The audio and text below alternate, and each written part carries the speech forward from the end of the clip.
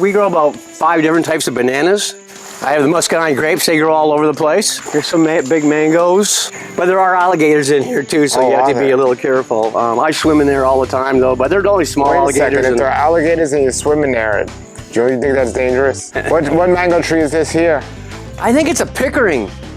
That's a big Pickering. These are big lychee fruit trees that I had to cut back because they were just decimated by the mite. We grow a lot of Monstera. You ever had the Monstera? Oh yeah. See them up there? There's some right there. Hello everybody, welcome to Fruitful Trees. I'm at this man's house today. His name is Blaine. I was actually in the area looking for another house and I saw some guy growing fruit trees. And I asked him about his fruit trees and where he got them, and he said he got them from Blaine. Blaine has 15 acres here in Jupiter Farms of fruit trees and a bunch of other edible trees and herbs and really cool things. So I heard about this place, I contacted Blaine, and here I am today to do a video of his land.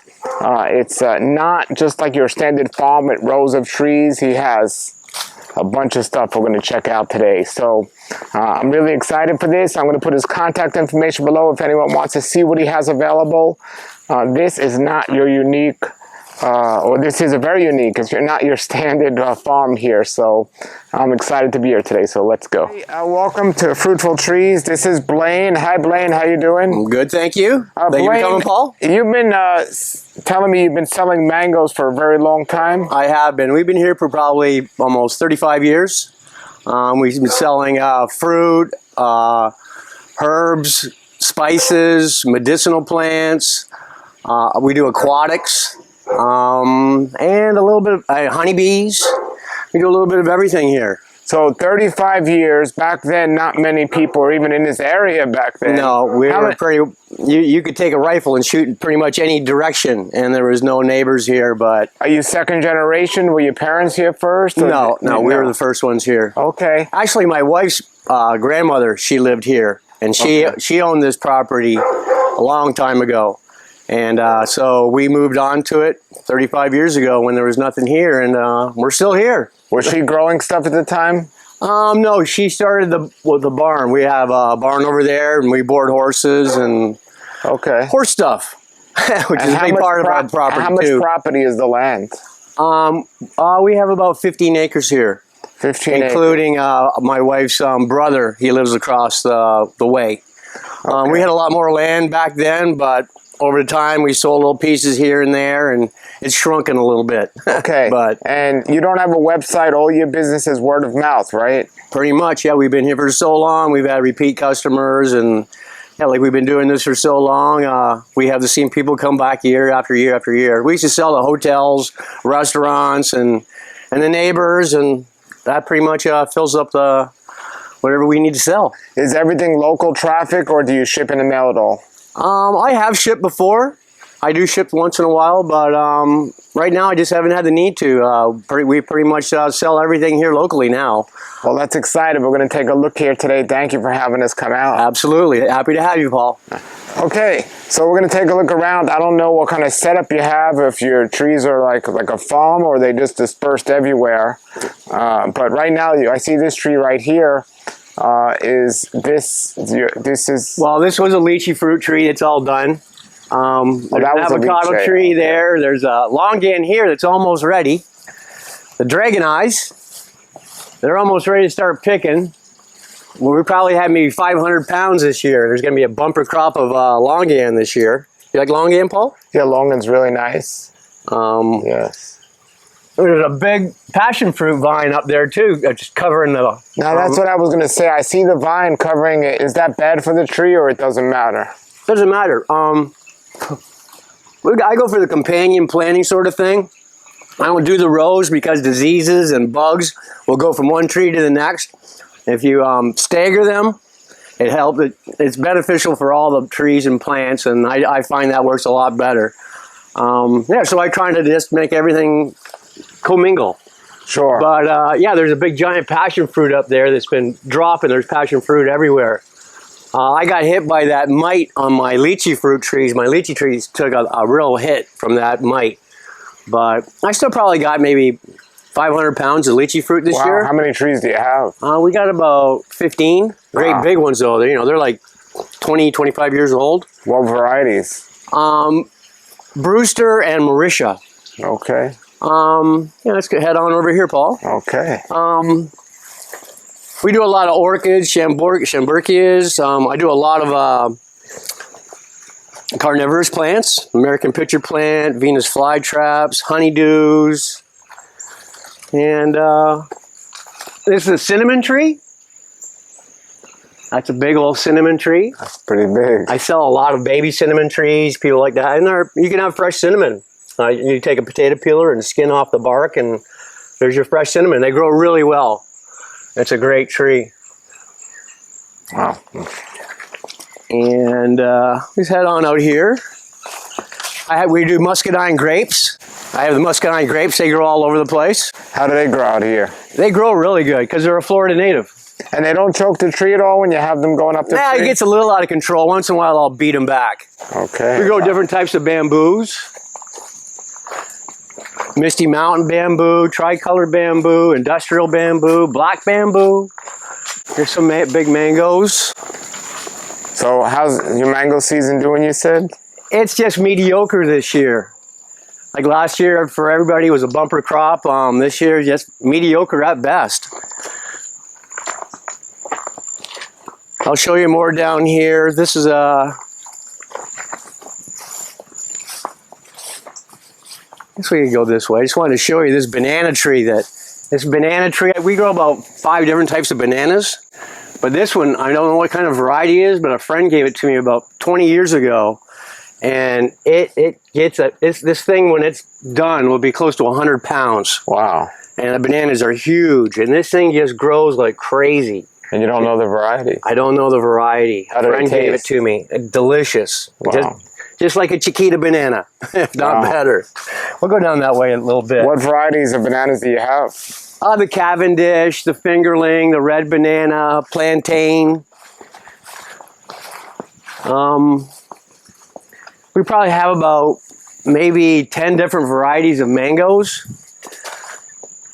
The Valencia Prides, the Kents, the Carries, the Pickering. Do you have any problems here with the bacterial black spot? I do a little bit, but not so much that it's a concern. Okay. Here's cardamom. We grow a lot of cardamom. I sell a lot to the Indian people. They like to use the leaves to wrap stuff in. You read cardamom, Paul? Yeah, it smells great. And so, when the season comes, we pick all the little cardamoms off. This is black cardamom, if anybody's interested. But it grows great here. I sell the cardamom plants and the cardamom spice. We grow Arabian coffee. See the little coffee beans coming up? Wow. These coffee beans do really good here. Their only requirement is water. They don't get bugs, they don't get fungus or anything, and they are just covered with coffee beans. Now, with everything being so dispersed, do you have a water system or? I'll show you the water system, Paul. So there's more stuff in here. There's a loquat tree. It's a Christmas tree loquat, and it gives great big loquats. Figs, we grow a lot of figs. Do you grow a lot of figs? Or? Not a lot, but I thought at one time I was going to grow a lot of figs, but they're such a slow grower and they don't produce a lot. They just got done. There's some on here right now, but I've been eating what's been on here. But normally they're not the best thing for this area, right? No, they don't go crazy. Here's an interesting thing that I grow up, Paul. This is kratom. Have you heard of kratom? Yeah, they make the tea out of that, right? Yeah. They're using it for a lot of medicinal plants for people trying to get off of opioids. Kratom's, people use it. It's in the coffee family. If you eat just a couple leaves, it's like a cup of coffee. But if you eat a lot more, it can be a sedative. So I grow different types of kratom. There's probably, I don't know, maybe 10, 15 different varieties of kratom. Now, there are some leaves around the world, like in India, that they chew to get that. That's the betel leaf. The betel leaf. Betel leaf. I used to grow the betel leaf, but it can be difficult to grow, and there wasn't very much of a demand for it. We grow a lot of neem trees. I make my own neem oil, so we try to be as organic as we can. I distill the neem leaves and I make my own oil. I mix it with a little bit of oil and soap to make it adhere to the plants. But the neem is the main ingredient, and that's pretty much all I use as a fungicide and a pesticide. Wow. But we have I have giant neem trees, little neem trees. I try to encourage everybody to get them because it's not only good for you, it has a lot of benefits for people also, but it helps stop nematodes, and they say, well, you should have one neem for every acre. Do you have one at your house, Paul? I don't. No, we have to get you one, huh? Yeah, that'd be great. I see an avocado here. Yeah. You have a lot of varieties of avocado? We have maybe 5 different varieties. Miguel, the pumpkin, and I see bees are kind of aggressive. Okay, well. You're not allergic to bee stings, are you? I don't know. You've never been stung by a bee? I don't think so. You've never been stung by a bee? Well, it hurts. So this is our water supply. This is where we do a lot of aquaculture also. We grow water chestnuts and lotuses, and we pump our water out of here. And this is a very old pond, and we've tried to keep it. Man-made pond? It was a wetland before. Before they came, you couldn't dig up a wetland, but back then you could, and so we just expanded it, and so now it's just a big pond. But it still has a natural spring in it. Oh, does it really? Wow. Yeah, and we've tried to keep it pristine. We've never had any motorboats in or anything, just canoes and kayaks, and so this water's crystal clear. I grow some aquatic things called bladderwort. Have you ever heard of bladderwort? It's a carnivorous water plant, and it eats any microbes that might be in the water. And I'll show you some of that later. But so I pump my water out of that. You get natural fish emulsion, and there's all kinds of nutrients in it. There's giant bass in there. I got a question about a natural spring. So like when I go to California, like right on the side of a mountain, they have like a natural spring, and people bring their bottles and fill them up with water. But here, like I heard, like if you have a spring, it's dangerous to drink that water. Like, how does that work? Like, do you have to find the source and then like make sure it's not? Well, yeah, if you could get it right exactly where that spring's coming, because that spring is down, it's way over there, deep underwater. So, the chances of getting that exact water, but probably because Florida water is so warm, you might get more microbes in it or more microorganisms than you would in some mountain spring water. But I've drank this tons of times and I'm fine. Sure, but there are alligators in here too, so you have to be a little careful. I swim in there all the time though, but they're only small alligators. If there are alligators and you swim in there, do you think that's dangerous? They're not big alligators. They're little. I keep an eye on them. I know who's in there and who's not. They come and go. Okay. We do get trappers come once in a while if they do get big, because they are detrimental to my dogs and me. But sure. The little guys I'm okay with. They're more afraid of you than they are of me. All right. Well. But okay. Well, cruise. Let me see if I missed anything. More different type of kratom. Here's some black sugar cane. I sell a lot of black sugar cane. It's just getting started right now. It's all over the place. I plant it all over. See, that's a black sugar cane. Oh, that's pretty easy to grow here, Black sugar cane grows really good. We grow green sugar cane, and I'm starting with this red sugar cane, which is like, if you know people who like, it's probably the most sweetest and the best to chew, but it's kind of hard to grow, so it's an experimental stage right now. Sure. This is black mulberry. This gives off a black mulberry about that big. You just missed the season. It was about a month ago. This doesn't look like, but this is the moringa. Yep. I grow a lot of moringa. I sell the drumsticks to the Indian people. They love them. And I also eat the leaves. The leaves are good. It tastes like watercress. That's excellent. If you're like moringa. And let me see if we missed anything back here.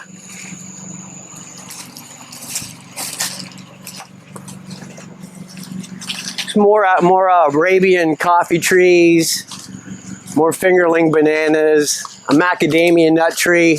At one time I thought I was going to go big on macadamia nut trees. They thought that was going to be the big Florida new thing, but the squirrels get them, and and they get blown over very easily. You know, at one small tropical storm, I used to have about an acre of them over there, and they all got blown over. And between the squirrels and the animals eating the nuts, it just wasn't worth it. Well, with your fruit trees here, and you mentioned the squirrels and raccoons and things like this, do you have issues with them? I do, but you just got to be prepared to give them their share. And my dogs chase a lot of them away. We have 2 Belgian Malinois. Okay. And they're great at, you see anything move, they're on it. So they earn their keep. There's a big longan tree. Not much fruit on him.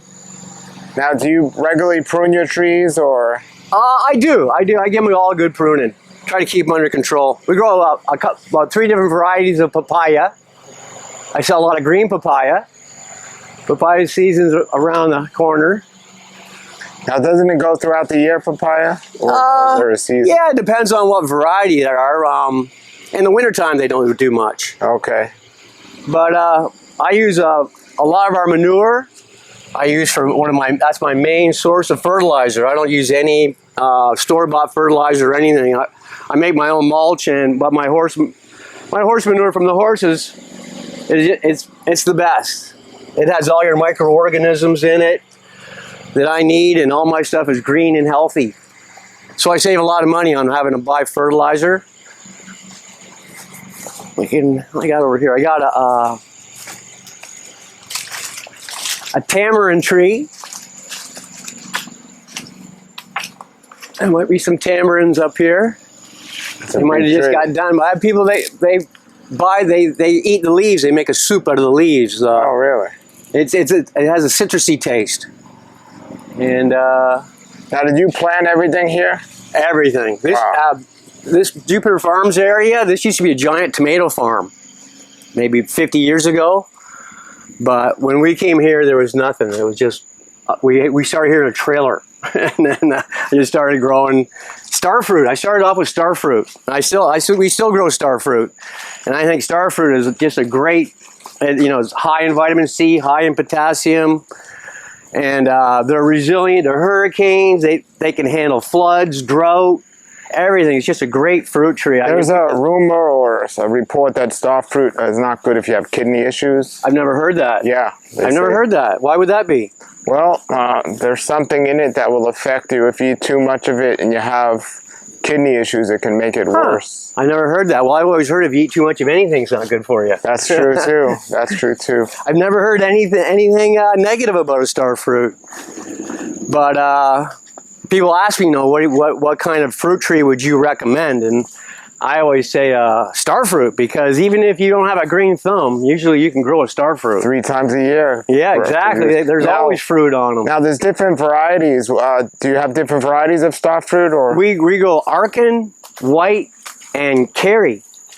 Okay, excellent. We have turmeric is all coming up. Turmeric comes up every year. It goes dormant for half the year. So I have turmeric all over the place. And when it comes up, then I harvest it. But turmeric's a wonderful spice. We grow coconuts. I sell coconuts. I use the coconut fur for orchids. We eat the meat, drink the milk, and we love coconuts. But there are 101 uses. When the coconut trees get really tall, what do you do? I have a big long pole saw I can cut them down with. All right, we can head over here, Paul. More mangoes, avocados. So these trees are pretty tall. And so are they competing for the sun, or are they just old and they grow tall? They are competing for the sun. I should have put them a little bit farther apart, but it's too late now. I might do something later. Well, that's a great question. So this is what I get often for new growers. They ask how far apart they should plant. So you came to this land here. It was just an empty field, and you planted the trees. And of course, when you plant baby trees, it looks like it's far enough. Right. This is a mango, and that's an avocado. No, these are both. This is that mango. That's a mango. That's an avocado right in the middle here. But yeah, they are competing for light. Light is so important, People don't realize that you can't grow stuff in a shaded area. They need, just walked through a big cobweb. So now, if you had to do it over again, you said you would plant I these put them wider farther apart. How far apart is this? Do you even know, or you just It's went about by? 20 feet. So even that, you would go a little far. Yeah, because mango trees get gigantic. Mango trees get big. If you let them. If you let them, yeah, you can control them. But well, the bigger they get, the more fruit you get. You know, it depends. Well, some people say. I'm not a mango expert. Yeah, some people say if you keep them smaller and you have more varieties, then if you have one big one, you'll get more fruit and more versatility that way. That's the new thinking. They call it high density gardening. So let's say you had one big mango tree here versus, let's say, 3 that are cut back. That one big mango tree, let's say you get 500 mangoes, but in those small ones, if you get 200, 200, and 200, you end up getting more plus different varieties. That's the new thinking of it. So. Right. But it's more work to keep them. Oh, yeah, for sure. Well, that's a big papaya tree. That is a big, but our papaya trees really grows. This papaya tree is maybe 2 years old at the most. Wow. They grow fast. How long do they last usually? Maybe 10 years. 10 years. You know, papaya is a herb. It's not a tree. Yeah. Same as a banana tree is a herb, not a tree. Now, you know a lot about these different fruits. Are the leaves, I know people make tea out of the leaves of fruit trees, but can any of them be eaten raw? Do you know of? Well, a banana tree, yeah. A lot of people make tamales with the bananas. Yeah. And I've never heard of anybody eating the leaves of the banana, but you can eat anything if you had to. If you cooked it like spinach, if you cooked it like collard green, just cook the heck out of it. Sure. But I do sell the hearts of banana trees. Asian people, I sell the, if you take a chainsaw and cut it, and that very center core of the banana tree is just like a heart of palm. It's delicious. Okay. And, you know, because the banana tree, once it gives off that cluster of bananas, it's done. So instead of just discarding the whole tree, you can cut it and salvage that heart. And it's delicious. If anybody's ever tried it, if you ever had a hearts of palm, it's identical to a hearts of palm. But I want your stubs. We got a lot of rain lately, I'm sure you know. It's pretty soggy.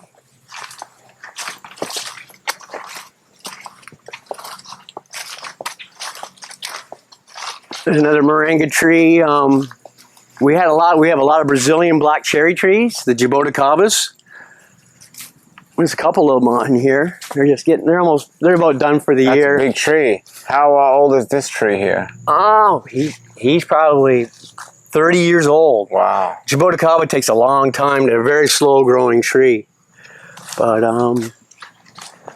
they're one of our favorites. The Jaboticaba fruit is the closest fruit to a grape. And so we make wine out of that. And so it's Jaboticaba wine, or we call it black cherry wine. And some people don't even know it's a fruit wine, because if you get these people who are real wine connoisseurs, they're very hesitant to drink a fruit wine. They're like, oh, I'm not going to drink a fruit wine. But if you give them some black cherry wine, they're like, oh, this is so good, this is good. And then you tell them, oh, it's a fruit wine. They're like, what? They won't believe. You mean a Jaboticaba? Jaboticaba. Yeah. You call them a black cherry? They have a hard time saying Jaboticaba, so I just say black cherry. What mango tree is this here? I think it's a Pickering. That's a big Pickering, but they're slow growers. You probably never had to cut this one back, right? No, you're absolutely right. Yeah, they are slow growing. There's a keeper. And then there's an avocado. This looks like a Simpson, huh? Yeah. Avocado. The early avocado. Okay, a good variety there. And now you definitely don't need to water these trees. No, I'm done watering for a while. I don't have to do any watering. There's another. Look at this Jabo. Look how old and big this is. Beautiful. Yeah, he is a beauty. Wow. We go this way, Paul. There's an island out there, and that's where I do a lot of my aquaculture. But it's maybe on another day. Right now, because the water's up to here. Yeah, that's all right. I don't want to get too wet for that. Let's head over here.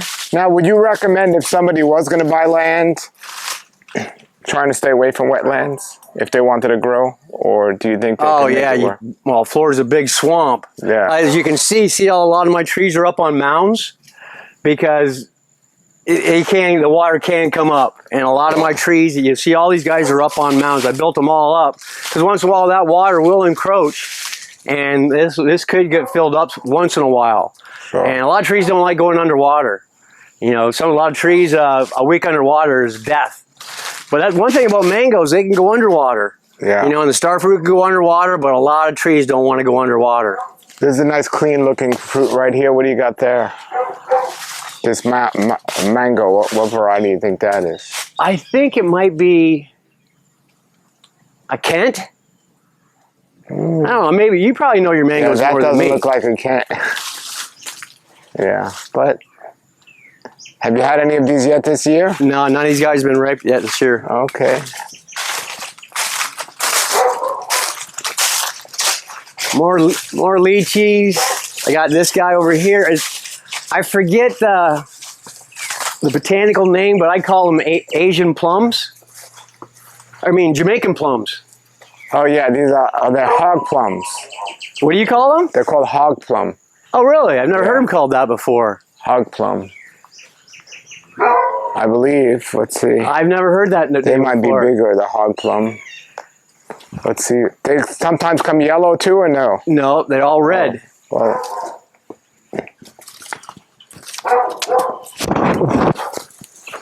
But they're really, really good. People from Central America, they go crazy over these things. I sell a lot of them, but it doesn't look like I've sold enough. They're everywhere. Yep. You had them before, Paul? Yeah, they're sometimes bigger. See, some dragon fruits are coming out. Those flowers on the dragon fruit. We grow probably 5 different varieties of dragon fruit, but they're hit or miss too. Some years we'll get lots of them, some years we don't. And we hand pollinate them, and sometimes they take, sometimes they don't. Beautiful flowers. Yeah, they are. That's industrial bamboo. I sell the bamboo shoots also for food. Have you ever had the bamboo shoots? No, I haven't, but I have interviewed people who have had and eaten them. This industrial bamboo gives off huge bamboo shoots. So these are the bamboo shoots. I sell those. I go to all my bamboos, but this industrial bamboo gives off the biggest, most desirable bamboo shoot. Here we go this way. Come back here and I'll show you the wines that we make.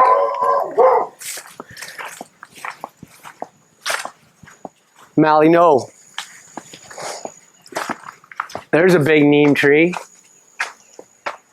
Yeah, wow. Smaller neems. There's a jackfruit tree.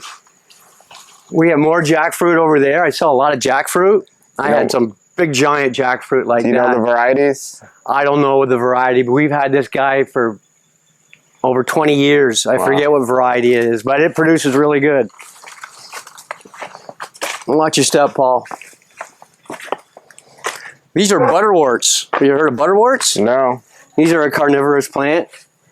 Like we grow a lot of carnivorous plants, so they're everywhere. I'll show you more of them, but we have very few bugs here. I hardly ever have to wear insect repellent or anything because the carnivores, you see the little dots, see all these little dots? Those are all bugs stuck to them. Oh, wow. And they gobble them up. They're all over the place. But little Jaboticaba bonsai. More Venus flytraps. Look at all those dragon fruit flowers. Wow. So they just climb right up the trees, huh? Yep. That's an enga tree. You know, the ice cream pod? Yep. It's an ice cream pod tree. Mally, calm down. We grow a lot of rhapis. We have a lot of palm trees too. We grow a lot of different types of palm trees. Now, the roots of the palm trees, are they really long or wide out? No? No, they don't. They're good because they won't get in the foundation of a house. A palm tree is not like a fig tree or an oak tree, which would destroy your foundation. Palm trees have small, little round balls. But here's that aquatic bladderwort I was telling you about that I grow. This kills any sort of microorganisms that's in the water. See, it's thick, and it sends up a big flower. But this water is crystal clear. it would have, there's nothing in there. If mosquitoes get in there or tadpoles get in there, the bladderwort eats it. Charles Darwin said it's one of the most cruel plants on the planet because it'll, like, say a small little tadpole, it'll grab that tadpole, and then when that tail dissolves, the tadpole will try to swim away, and the bladderwort will suck it up like a vacuum cleaner and suck it in again, dissolve that part of the tail. When it swims away with that, it sucks back in the rest of the tadpole and finishes it off, so it's a slow, terrible death. But that's Charles Darwin's theory on the bladderwort. These are big lychee fruit trees that I had to cut back because they were just decimated by the mite. Yeah, they look like There's another really big one that I had to cut that guy way back. And this guy I had to cut way back. Now that they're like bonsai'd. There's another one all these guys I had to cut them way back. With all this shade, you still got fruit on them when they fruited? I didn't get any fruit this year. Well, not this year, but in general. Is this too much shade to grow or not? No, they'll do next year. They should have lots of fruit on them. Maybe not next year, maybe the following year, because that's a severe pruning right there. They don't like being cut back that bad. They took a big pruning. This guy had to cut him way back because they were just infested with that mite. I couldn't believe it. That mite, within 2 years, when I first saw it, I didn't know what it was. I didn't have no concern about it. And I saw the following year, it's like, holy mackerel, it's just all over my tree. And then the next year was completed. My fruit was, you know, from one tree, from one being covered that one year to the next year, maybe have 10 fruit on it. You know, some people say it didn't get them that much. Here's more little Venus flytraps. Put them everywhere. Cut down on all the bugs. This is a sundew, Paul. See sundew? See a little stick to you? Oh. A bug gets on there, it curls up the bug. These are different types of sundews. This is another American pitcher plant. But I've been growing Venus flytraps for years and years and years. And I sell them, you know, kids come by, every kid wants a Venus flytrap, so I sell them a Venus flytrap. Do they get much bigger than that? Some do, some get really big. And there's more traps up there. I'll show you over here. I grow a lot of different types of bromeliads. We probably grow 100 different varieties of bromeliads. They're not much of a, just mostly for ornamentation. This is a neat plant. Try a little piece of that. See what you think what that is. Okay. Okay. What is it? It's bergamot. Spicy. That's a key ingredient in Earl Grey tea. You can make tea out of it. Oh, it's very spicy. Very spicy. This is Jaboticaba. Have you ever heard of Jaboticaba? Yes. I grow that everywhere. Look at it, it's growing everywhere. And I sell it. It's a very healing herb. Very healing. Yeah, Good for diabetes, healing wounds, ulcers. This is a Jamaican ginger, or a Caribbean ginger. It's really spicy. Like a 10. If you get that on your tongue, it'll wake you right up. So I grow a lot of that. I grow different ginger. I grow galanga. Galanga is Chinese ginger, regular ginger we sell. There goes a mango. What kind of, yeah, mango just fell from that tree. What kind of mango is that? This is a mango tree that I grew it from seed, probably 30. This is my oldest mango tree. He might be 30 years old. How does it taste? It tastes good. It's not stringy. It's good. What kind of seed? Do you remember what it was? I can't remember. Go back. Here's that red sugar cane I was telling you about. It's not just, that's just a small one starting off. Sweet potatoes. Show you some stuff over here.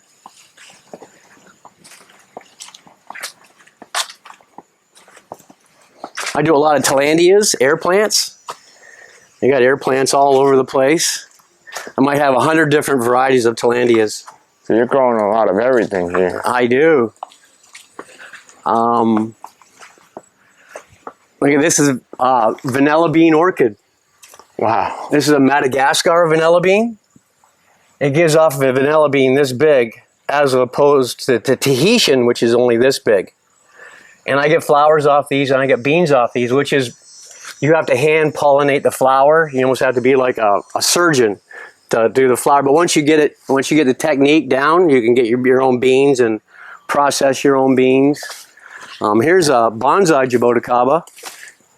Wow. This guy's probably 20 years old, but he gives fruit. His whole bark will be covered in black cherries, which is pretty neat. That is cool. I sell beautiful. I sell these guys too. There's another little one.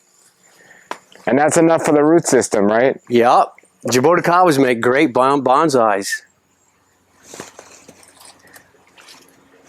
And there's a big bougainvillea. I sell bougainvillea bonsais also. This guy was just completely covered in purple flowers, but I had just pruned them all back. They all just took a good pruning. Oh, I forgot to show you, I've been growing a lot of pomegranate trees. I got some pomegranate trees. I planted from seed 5 years ago, and now I have some that are 12 feet tall with little pomegranates on them. And this is a little guy. I'm trying to bonsai him. See, and he looks like he's going to make a neat bonsai. Wow. There's a little neem tree, baby neem tree. This is ashwagandha. This is another medicinal plant. Is that a mushroom?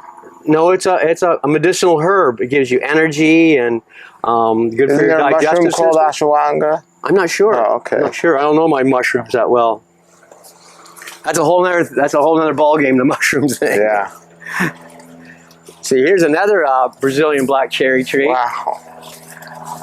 He's looking nice. Get all these pine needles off there someday when I have nothing to do. This is a wormwood. This is a really neat medicinal plant also. So your fruit trees, your jackfruits, your avocados, your mangoes are dispersed all throughout all these trees here. Yep, they're everywhere. There's another mango tree.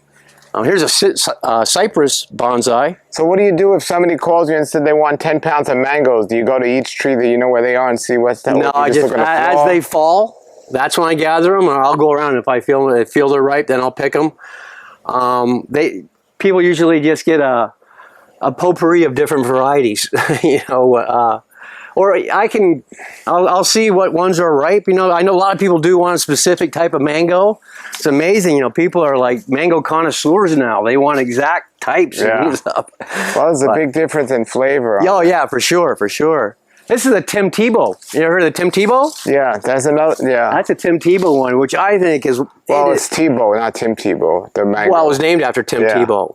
Did they call that young also? There's another name for it. I've heard that. When I first got it, it was a Tebow. I got it from Pine Island Nursery. Yeah, it's pretty big. How does it fruit? It's sparingly, but the fruit is delicious. And I save these for myself because it's definitely my favorite. But it's not a heavy producer though. And it can tend to get a little diseasey once in a while. I end up spraying them more than any other mango. But let me guess, you spray them with neem. I spray them with neem. That's all I ever use is neem. Here's some more little pitcher plants. These are different pitcher plants. These pitchers are just starting to develop. This is pitcher plants, a Robicantley. These pitchers get like this big, huge. And, oh, look, see, this is some of the old ones. And these things will just be full of bugs. If you open that up, when they're full, they'll just be full of bugs. Like you dumped a black pepper shaker over it.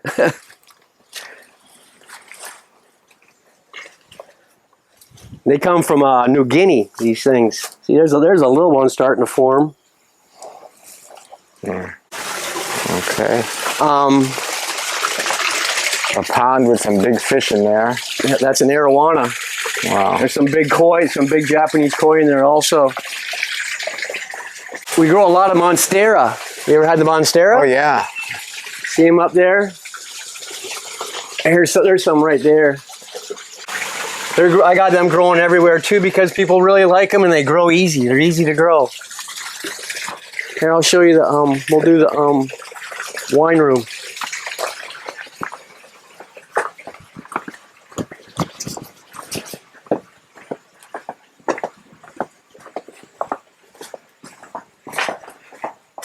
Yeah, I grow the vanilla beans, I have them growing everywhere. You know, not only do I sell the vanilla bean, I sell the orchid itself. I charge $10 for a foot.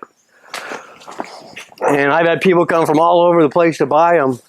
And there's one girl, I sold her a piece maybe 10 years ago. And now she's got her, she figured out how to do the vanilla bean and pollinate it. And now she's selling the heck out of vanilla beans. And when I met her, she didn't speak a word of English.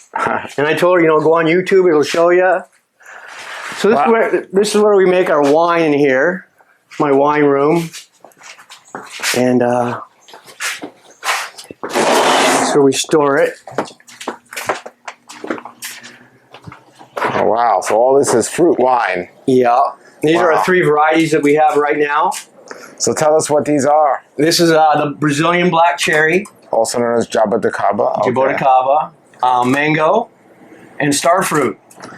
Mango and star fruit. So give us the process. What do you do with the mangoes to turn into a wine? Well, here's the wine right now. So we'll take our whatever star fruit or whatever fruit we don't sell, and we'll we'll ferment it, let it go through the fermentation stage, and just take it, and then you keep processing it until you get down to this. So when you say you ferment it, what do you mean? So you got these mangoes here, let's say. You'd add that, and then you add sugar and yeast, and the yeast converts the sugar into alcohol. And as that goes along, you keep raking. It's called raking. And as the sediment goes to the bottom, you siphon off the good part, and then you keep doing that like 3 or 4 times till you end up with this. And then we'll bottle that up, and they usually have this thing is all full.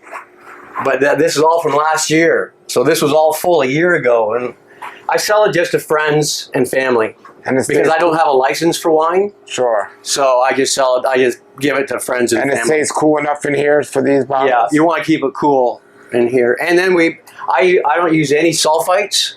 All my wine is all organic. Sulfites is the ingredient that gives a lot of people headaches. I'm allergic to sulfites. If I were to drink a little bit of sulfite, I'm nauseously sick. Now, does the wine taste different per variety of mango?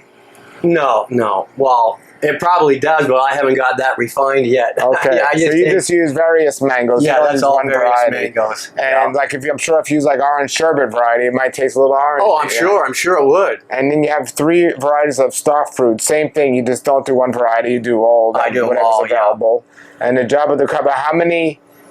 You call it black cherry. How many varieties of that do you have? I only have one variety of that. Yeah, I hear there's different types now. Yes. But there's such a slow growing tree. No, the red one grows pretty fast. Oh, does it? Yeah, I heard of a fast growing one. Yeah. So some of the wine that we don't like, some of the wine that I don't think is good for giving away or selling or whatever, I remake it into an alcohol, and that's an alcohol that we use to fortify our wine.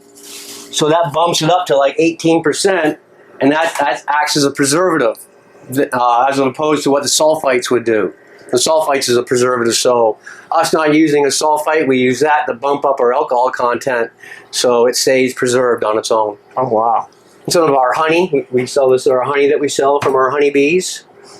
Our honeybees really help with our pollination. Before I had the bees, I got an average amount of fruit, but once I got into the bees, 20 years ago, my fruit production doubled because of the bees. If you ever see a bee working on a flower, they're just I heard busy. Flies pollinate. Flies? Yeah, also really? Some things at least, yeah. Huh. So I don't know, if you ever see a fly or a bee working on a flower, you'll understand why they say a busy bee, because that bee is just going through that flower. Well, that's very cool. Now, what about kombucha? Do you do kombucha as well? Or that's I do. Yeah, I got my right now I don't have my SCOBY. I got my first SCOBY from John Cannon that you met. Yes. Yeah, John Cannon gave me my first SCOBY, and I love the kombucha. That's great stuff. Well, that's great. If people want to contact you to see what fruit you have available, do you have, like, if they called you and said, what do you got? Do you know, or do you say, I got to go check, or call me tomorrow? How does that work? I have people call me, and I'll tell them what's in season, and say, if you know it's mango season, give me a call. If you know it's lychee fruit season, give me a call. But like I said, most of the people I've been dealing with for 20 years, they know what I have, and And once in a while, I will put something on the Facebook Marketplace if I have an abundance of thing, and that Marketplace just sells like crazy for me. Is the best place for people to get in touch with you through Facebook or through the phone number? What's Probably the best just my phone number, 561-246-1183. Okay, and you say the best way to get a hold of me. I don't have no website or anything. I haven't needed one. And sometimes you ship in the mail, you say? Sometimes I will ship in the mail. All right, that's great. Wow, you got so much stuff growing on here. Yeah, I wish we had more time to show you things, Paul. I'm sure after you leave, I'm like, wow, I wish I had shown them this. I wish I had shown them that. Like, yeah, well, we'll have like the aquaculture thing is a whole other big ordeal. Like I grow water chestnuts, big fat water chestnuts, not like the little kind in a can. Great big water chestnuts and lotus. So the lotus fruit. Does the chestnut grow well out here?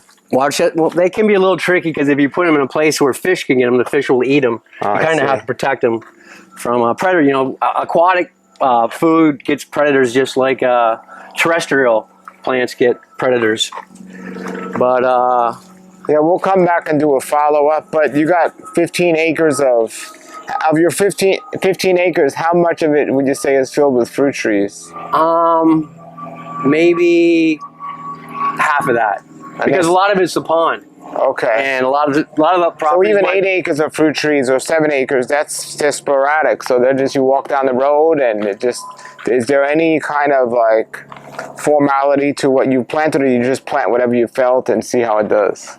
Pretty much. Okay. Over there where my wife's brother's place, it's more, because that's where I started, was over there. Sure. And there's more things that are more in rows. Like I have a small grove of starfruit trees. And then there's more palm trees, more rows and rows of palm trees. But is there any fruit that's common to Florida that you don't plant? Like, do you have mamey and white zapote? No, I don't. Okay. I don't. And I used to do citrus, but all the citrus, that's just an uphill battle that you're not going to win. Sure. You know, I used to grow a lot of blood oranges that were doing great for a long time, and they got the greening and they died within years. Yeah. I still have a couple lime trees that seemed a little more resistant to the diseases, but even they succumb after a while. I pretty much gave up on the citrus, but yeah, I had all types of sapote. There's a lot of, I've tried almost everything at one time, and my rule of thumb is if it's too much work to take care of, you have to do all this and that, get rid of it. Sure. I go with the plants that do well on their own. You know, less maintenance as possible because I can only spread myself so far. All right. So what would your advice be to people that are new to growing? They just got some land. What would some tips you would recommend for them? Plant your trees on high ground because most trees want to be high ground. They don't want wet feet. Wet feet will give you root rot and issues. I would stagger your trees. Don't do the one tree after another because if you get a disease, they'll just jump from one tree, or bugs will just jump from one tree to the next. Start off with easy trees like mango, starfruit. Don't pick off anything that's too tricky or too difficult. Papayas are good. Water is very important. Like I have a really good water source. A lot of people don't realize, you know, they'll say to me, Blaine, how come my tree's not giving them any fruit? And I'll say, well, are they getting enough water? And they say, oh yeah, my lawn sprinklers are getting it. And you know, I'll go to their house and I'll put my finger in the dirt and it's bone dry. I tell more people, put your finger in the dirt and see if it's dry, if it's moist, then you know you're good. And fertilizer. A lot of people, I'm like, are you giving it fertilizer? Are you giving it food? And they're like, well, I put some Miracle Grow on it. I'm like, well, Miracle Grow doesn't work. You know, if you don't have horse manure like I do, I think Osmocote's a great fertilizer, you know, because that's one and done for 6 months. But yeah, food, water, and lots of sunshine. They need lots of sun. A lot of people I've gone to people's houses and they say, why isn't this growing? And I'll see like the trees like underneath a canopy of shade. It's like, well, number one, you have no sunlight. You know what this is, Paul? What is this? Wow, smells. I don't know. Curry. Curry, okay. Green curry. I have a lot of Indian people come out and buy. I make my own fresh curry because the key ingredients in curry is having the curry tree, turmeric, which we grow, and turmeric, tamarind and turmeric. And this, you fry it in a pan with a little olive oil till it's all crunchy. Do you like curry? Yeah. Oh yeah. So yeah. So I saw a lot of curry also. Well, that's great. Well, thank you for having us come out. We'll have to come out another season and check out your other things. Absolutely. I would give you a more detailed tour next time. And everybody, I'm going to put his phone number below if you want to see what he has available. He's in Jupiter Farms in South Florida. Blaine, thanks a lot. You're welcome. Thank you for coming, Paul. All right, everybody, there it was. That was Blaine's amazing property he has here. Like I said, very unique, not your standard fruit producing place. He has the wine, and that's going really well, and all this other stuff. Very interesting property.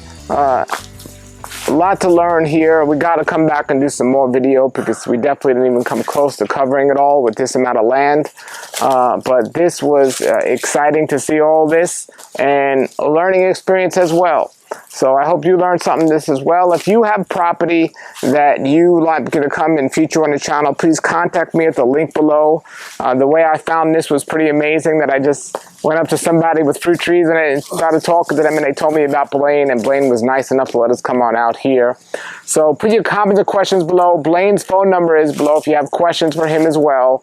Until then, everybody, thank you for subscribing. Have a great day and keep growing. For more educational videos about mangoes and other fruits and how to grow fruit trees, please look out the other videos on this channel, Fruitful Trees, and also subscribe if you like, and also share these videos with others. Thank you for watching. Have a great day and keep growing.